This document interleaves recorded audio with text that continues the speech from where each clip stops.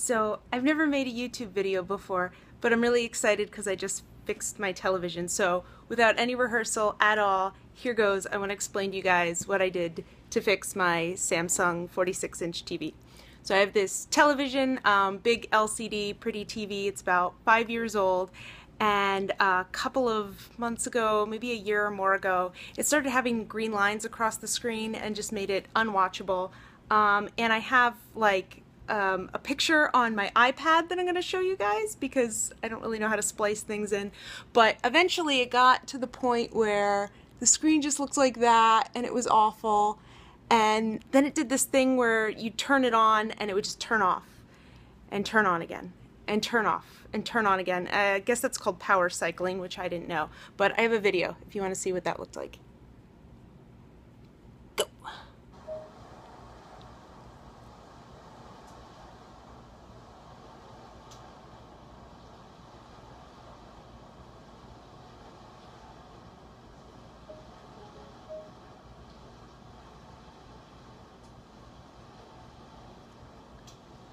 Alright, you get the idea. That would just keep going and there was nothing you could do. You couldn't hit any other buttons, you couldn't see anything.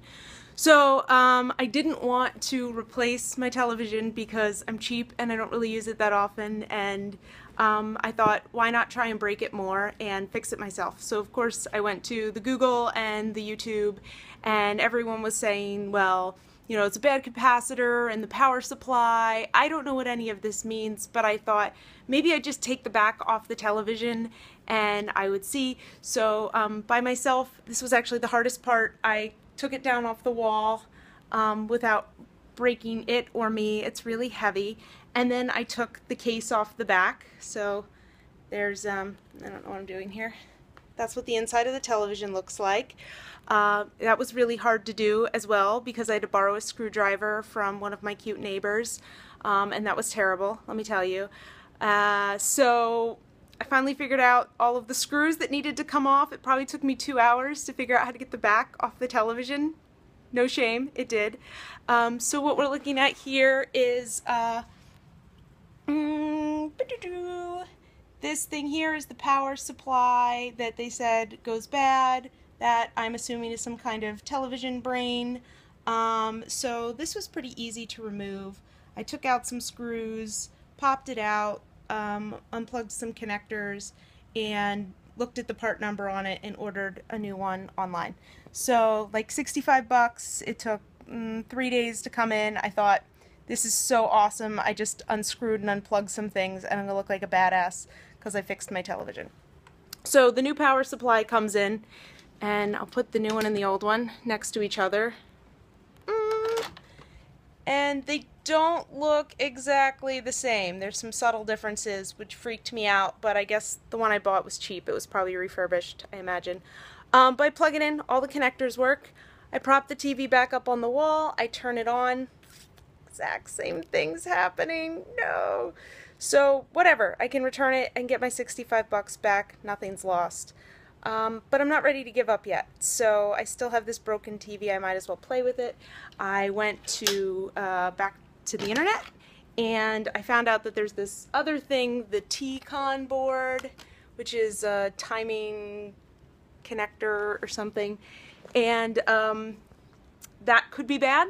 So I tried turning it on and unplugging it, and so this connector right here, which is right there, it's a little tricky to unplug, but if I did that, the TV still turned on. You have no screen, because I guess this thing controls the screen, but it wasn't power cycling.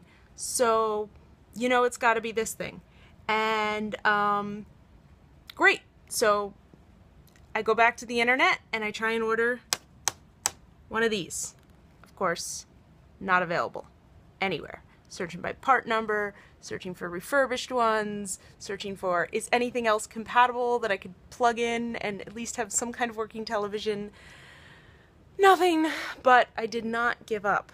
I plugged in the television and I let it do its crazy power cycling thing, and I tried unplugging this and plugging it back in a couple times, plugged it in and unplugged it from that end a couple times, and I just tried different combinations of things till I guess I cleared something out or confused it enough that it suddenly turned on and didn't turn off again.